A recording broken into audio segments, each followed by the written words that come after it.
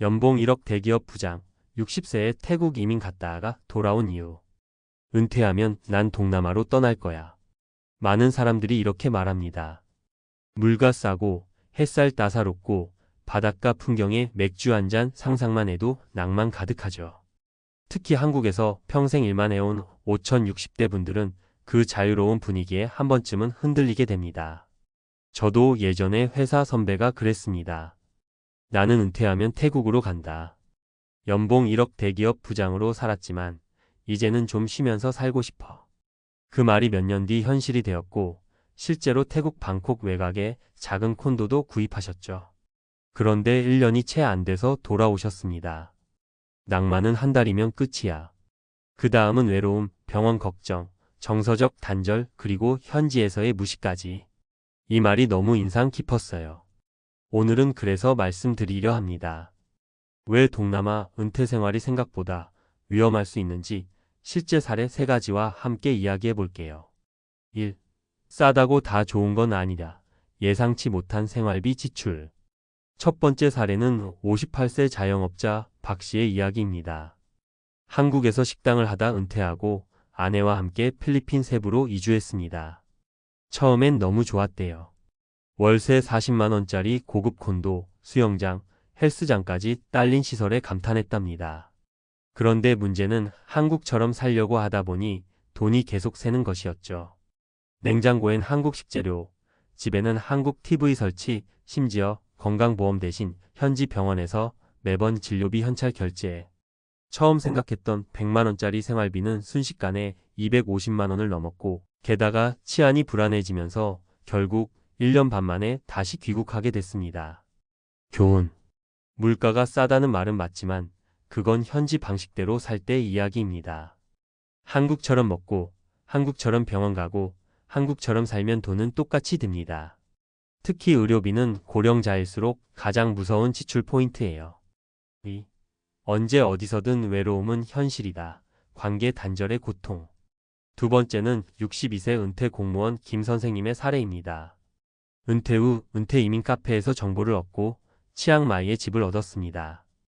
혼자 조용히 살며 책도 보고 산책도 하며 진짜 은퇴를 즐기려 했죠.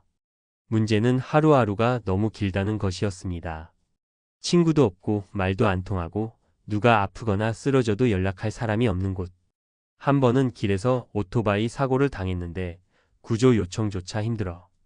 결국 현지 주민 도움으로 간신히 병원에 실려갔다고 해요. 그 이후 내가 여기에 있을 이유가 뭘까?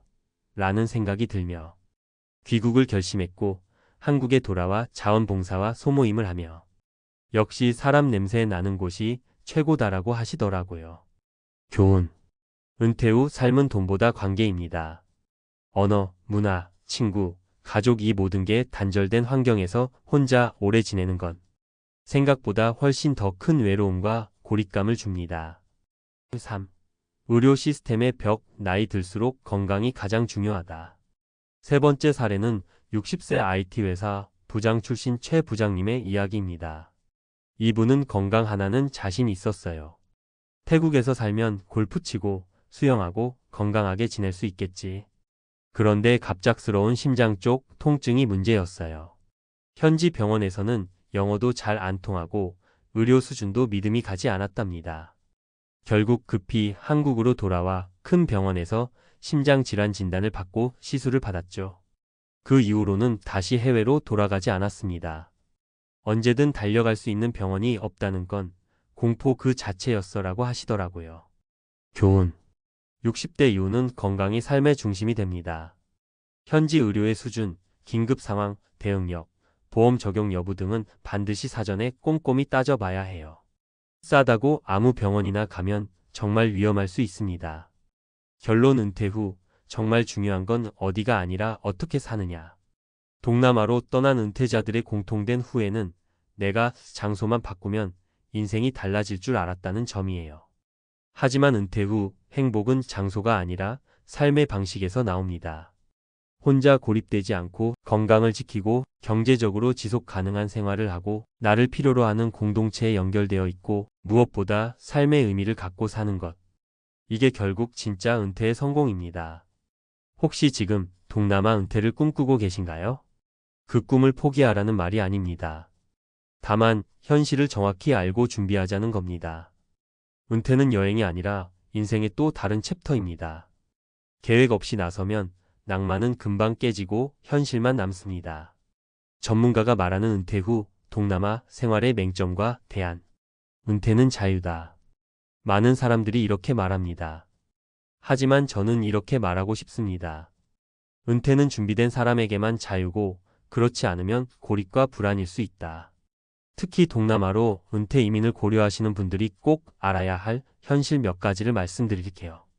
단순히 물가가 싸다는 이유만으로 결정하면 정말 후회하게 됩니다. 첫 번째, 노후의 생활은 소득이 아니라 지출 통제력이 좌우한다. 은퇴자분들이 가장 큰 착각을 하는 지점이 바로 이겁니다.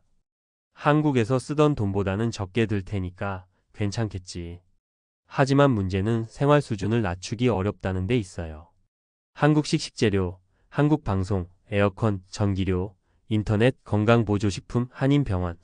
결국 한국에서 쓰던 방식대로 살다 보면 동남아에서도 돈은 똑같이 나갑니다. 심지어 더 많이 나가는 경우도 있죠. 전문가 팁. 은퇴 후 예산 계획은 최소 30년을 기준으로 세워야 합니다. 그리고 소득보다 지출을 어떻게 통제할 것인가가 관건입니다. 국내에 거주하든 해외에 나가든 자기만의 확실한 지출 통제 시스템이 없다면 오래 버티기 어렵습니다. 두 번째, 사회적 연결망의 붕괴는 정신건강에 치명적이다. 세계보건기구 WHO와 하버드 대학교 노아 연구소에 따르면 은퇴 후 고립은 심혈관 질환, 우울증, 치매 위험을 23배 이상 높인다고 합니다. 외국에 나가면 언어의 장벽은 물론 문화적 단절이 따라오고 무엇보다 중요한 건 정서적으로 연결된 사람이 곁에 없다는 점이에요. 한 달 정도 여행 가면 자유롭고 즐겁지만 1년 이상 거주하게 되면 나를 아는 사람 하나 없는 환경은 고통이 됩니다. 전문가 팁. 은퇴 후 삶의 만족도는 사회적 유대감, 일상 속 역할감, 기여감에서 나옵니다. 즉, 내가 누구에게 필요한 존재인가, 내가 지금 의미 있는 일을 하고 있는가가 중요합니다. 외국에서는 이 감각을 유지하기 정말 어렵습니다. 세 번째, 의료 체계와 긴급 대응 능력은 목숨과 직결된다. 노후에는 작은 질병 하나가 치명적일 수 있어요. 고혈압, 심근경색, 당뇨, 뇌졸중 갑자기 터지면 현지 의료 시스템이 얼마나 빠르게, 정확하게 한국처럼 대응해 줄 수 있을까요?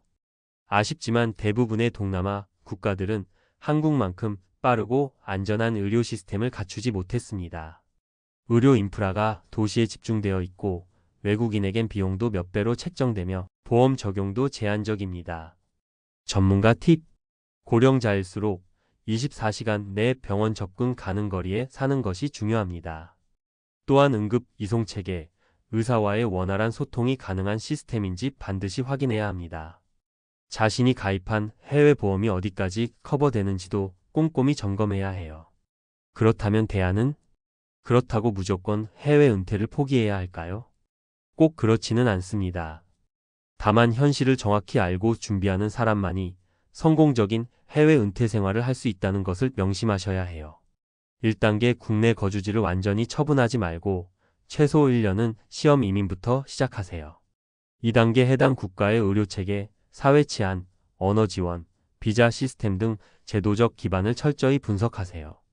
3단계 가장 중요한 건 심심하지 않게, 외롭지 않게, 의미 있게 사는 일상 루틴을 미리 설계해 두는 것입니다. 전문가가 강조하는 3가지 은퇴 체크리스트. 재정 루틴 연금, 임대 수익, 부업 등 최소 2가지 이상의 수입원 확보. 건강 루틴 건강검진, 운동 습관, 의료기관과의 거리 등 점검.